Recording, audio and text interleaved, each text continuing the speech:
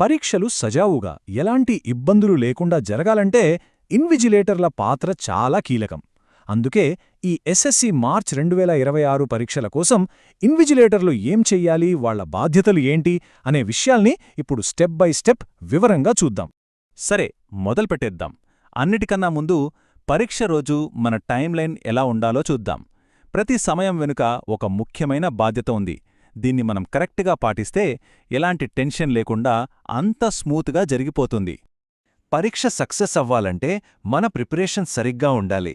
అంటే స్టూడెంట్స్ గదిలోకి రాకముందే మనమంతా సిద్ధంగా ఉండాలన్నమాట. మరి పరీక్ష మొదలవడానికి ముందు మనం తప్పనిసరిగా చేయాల్సిన పనులేంటో ఇప్పుడు తెలుసుకుందాం. ఇక్కడొక 4 ముఖ్యమైన పనులున్నాయండి. ప్రతి ఇన్విజిలేటర్ సెంటర్కి రాగానే ఇవి ఖచ్చితంగా పూర్తి చెయ్యాలి. 1. Chief సూపరింటెండెంట్తో meeting. 2. మీ బంధువులు ఎవరైనా అదే సెంటర్లో పరీక్ష రాస్తుంటే ఆ విషయం ముందే చెప్పేయాలి. 3. ఉదయం 8:30 కల్లా షార్ప్గా సెంటర్లో ఉండాలి. ఇక 4వది, మీ మొబైల్ ఫోన్ని అధికారులకు ఇచ్చేయాలి. ఇది చాలా ముఖ్యమైన రూల్. డ్యూటీలో ఉన్నప్పుడు ఇన్విజిలేటర్ల దగ్గర పర్సనల్ మొబైల్ ఫోన్లు అస్సలు ఉండకూడదు. ఎందుకంటే ఏ చిన్న సమాచారం లీక్ అవ్వకుండా పరీక్ష పవిత్రతను కాపాడడం కోసం ఈ రూల్ చాలా స్ట్రిక్ట్గా ఫాలో అవ్వాలి. సరే, ఇప్పుడు పరీక్ష ఎలా మొదలుపెట్టాలో చూద్దాం. ముఖ్యంగా ఉదయం 8:45 నుంచి 9:30 మధ్యలో చాలా జాగ్రత్తగా ఉండాలి. ఎందుకంటే ఈ టైంలో మనం హ్యాండిల్ చేసే మెటీరియల్స్ చాలా ముఖ్యమైనవి. ఇక్కడ చిన్న పొరపాటు జరిగినా పెద్ద సమస్య అవుతుంది. లాటరీ పద్ధతిలో మీకొక రూమ్ అలాట్ చేస్తారు. ఆ తర్వాత మీరు వెంటనే ఈ మెటీరియల్స్ అన్నీ కలెక్ట్ చేసుకోవాలి. మెయిన్ ఆన్సర్ షీట్లు, ఓఎంఆర్ షీట్లు, ఫోటో అటెండెన్స్ షీట్లు, స్టెప్లర్లు, ఇలా అన్నీ. ప్రతిదీ కరెక్ట్ నంబర్లో ఉందా లేదా అని 1కి 2 సార్లు చెక్ చేసుకోవడం మాత్రం మర్చిపోవద్దు.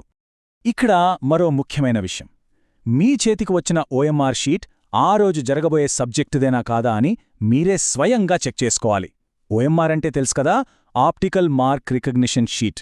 దీన్ని కంప్యూటర్ స్కాన్ చేస్తుంది. పొరపాటున వేరే సబ్జెక్టుదిస్తే విద్యార్థి భవిష్యత్తే పాడవుతుంది. సో ఈ విషయంలో అస్సలు రాజీపడద్దు. ఓకే, ఇప్పుడు అసలు విషయానికొద్దాం. స్టూడెంట్స్ లోపలికి వచ్చాక ఏం చెయ్యాలి? ముందుగా ఉదయం 8:45 కల్లా మీకు కేటాయించిన రూంలోకి వెళ్ళిపోవాలి. ప్రతి స్టూడెంట్ని చెక్ చేయాలి. వాళ్ల గుర్తింపును వెరిఫై చేయాలి. వాళ్ల దగ్గరేమైనా నిషేధిత వస్తువులు ఉన్నాయేమో చూడాలి. ఆ తర్వాతే మెయిన్ ఆన్సర్ షీట్లు, ఓఎంఆర్లు ఇవ్వాలి. అయితే ఓఎంఆర్ షీట్ని ఆన్సర్ షీట్కి స్టాప్లర్ చేసే ముందు ఆ ఓఎంఆర్ కరెక్ట్గా ఆ స్టూడెంటుదేనా కాదా అని కన్ఫర్మ్ చేసుకోవాలి. ఇది చాలా ముఖ్యం. మరో విషయం, మీ సంతకం.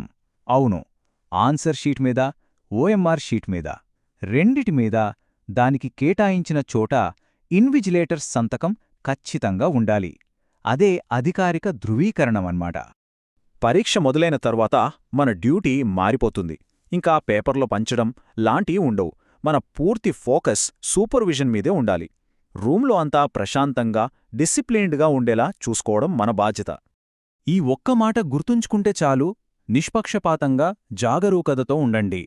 అంటే ఏ విద్యార్థి పట్ల పక్షపాతం చూపుకూడదు, అందర్నీ సమానంగా చూడాలి. అలాగే నిరంతరం అప్రమత్తంగా ఉండాలి. ఏ చిన్న అనుమానం వచ్చినా వెంటనే గమనించాలి. ఈ రెండూ చాలా అవసరం. ఇక్కడ మనం గమనించాల్సిన విషయమేంటంటే, అప్రమత్తంగా ఉండటమంటే కేవలం కాపీ కొట్టకుండా చూడటమే కాదు, విద్యార్థులందరికీ ఒక మంచి, భయం లేని వాతావరణాన్ని కల్పించడం కూడా. ఇక అటెండెన్స్ విషయానికొస్తే దీన్ని చాలా జాగ్రత్తగా మేనేజ్ చేయాలి. ఎగ్జామ్కొచ్చిన స్టూడెంట్స్ దగ్గర ఫోటో అటెండెన్స్ షీట్ మీద సంతకం తీసుకోవాలి. ఒకవేళ ఎవరైనా రాలేదనుకోండి, వాళ్ల ఫోటో దగ్గర ఎర్రసిరాతో, రెడింగ్తో యాబ్సెంట్ అని పెద్దగా రాయాలి. ఈ రెండింటినీ కరెక్ట్గా ఫాలో అవ్వాలి. పరీక్ష రాస్తున్నప్పుడు స్టూడెంట్స్ కొన్ని పనులు కరెక్ట్గా చేశారా లేదా అని మనం చూసుకోవాలి. ఫర్ ఎగ్జాంపుల్, ఓఎంఆర్ షీట్ మీద వాళ్ల సంతకం పెట్టారా, ఆన్సర్ షీట్ నంబర్ని ఓఎంఆర్ మీద రాశారా, ఇవన్నీ చెక్ చేయాలి. ఉదయం 9:30కి వాళ్ళకి సరియైన క్వశ్చన్ పేపర్, అంటే సరియైన కోడ్, సరియైన మీడియం పేపర్ ఇచ్చామా లేదా నిర్ధారించుకోవాలి. ఎవరైనా ఎడిషనల్ షీట్ తీసుకుంటే ఆ విషయాన్ని కూడా నోట్ చేసుకోవాలి. సరే, ఇక చివరి దశకు వచ్చేద్దాం. పరీక్షను ఎంత బాగా మొదలుపెట్టామో అంతే జాగ్రత్తగా ముగించడం కూడా మన బాధ్యతే. ఎగ్జామ్ అయిపోయిన తర్వాత ఏం చేయాలో ఇప్పుడు చూద్దాం. ఇది చాలా స్ట్రిక్ట్ రూల్. ఫైనల్ బెల్ కొట్టే వరకు ఏ ఒక్క స్టూడెంట్ని కూడా ఎగ్జామ్ సెంటర్ బయటకు పంపడానికి వీల్లేదు. పరీక్ష పూర్తయ్యేదాకా అందరూ లోపలే ఉండాలి. ఇది ఖచ్చితంగా అమలు చేయాలి. ఫైనల్ బెల్ కొట్టగానే ఈ 4 స్టెప్స్ కరెక్ట్గా ఫాలో అవ్వాలి. 1. ప్రతి స్టూడెంట్ దగ్గర్నుంచి ఆన్సర్ షీట్లు, ఓఎంఆర్ షీట్లు అన్నీ కలెక్ట్ చేసుకోవాలి. 2. అన్ని తీసుకున్న తర్వాత స్టూడెంట్స్ అందరినీ గదిలోంచి బయటకు పంపించేయాలి. 3. గది ఖాళీ అయ్యాక దానికి తాళం వేయాలి. 4. మీ దగ్గరున్న మెటీరియల్స్ అన్నీ తీసుకుని సంబంధిత అధికారుల దగ్గరికి వెళ్లి రిపోర్ట్ చేయాలి.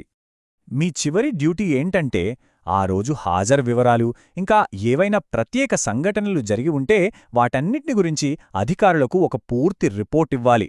మీరిచ్చే రిపోర్టే ఆ రోజు ఎగ్జామ్ ఎలా జరిగిందనడానికి అధికారిక రికార్డు. ముగించే ముందు ఈ రోజులో అత్యంత కీలకమైన ఒక సమయం గురించి మాట్లాడుకుందాం. అదే ఉదయం 9 గంటలు. అవును, ఉదయం 9:30. ఇదే ఫైనల్ డెడ్లైన్. ఆ టైం తర్వాత ఒక్క నిమిషం ఆలస్యమైనా సరే ఏ స్టూడెంట్ని లోపలికి అనుమతించరు. ఎలాంటి మినహాయింపులు ఉండవు. దీని బట్టే మనకర్థం కావాలి ఈ పరీక్షల్లో టైంకి, డిసిప్లిన్కి ఎంత విలువ ఇస్తారో. సో ఈ గైడ్లైన్స్ అన్నిటినీ జాగ్రత్తగా ఫాలో అవ్వడం ద్వారా ప్రతి ఇన్విజిలేటర్ కూడా పరీక్షలు నిష్పక్షపాతంగా, సేఫ్గా, సక్సెస్ఫుల్గా జరగడానికి హెల్ప్ చేసిన వాళ్ళు అవుతారు. గుర్తుంచుకోండి, మీ అప్రమత్తతే న్యాయమైన పరీక్షకు పునాది.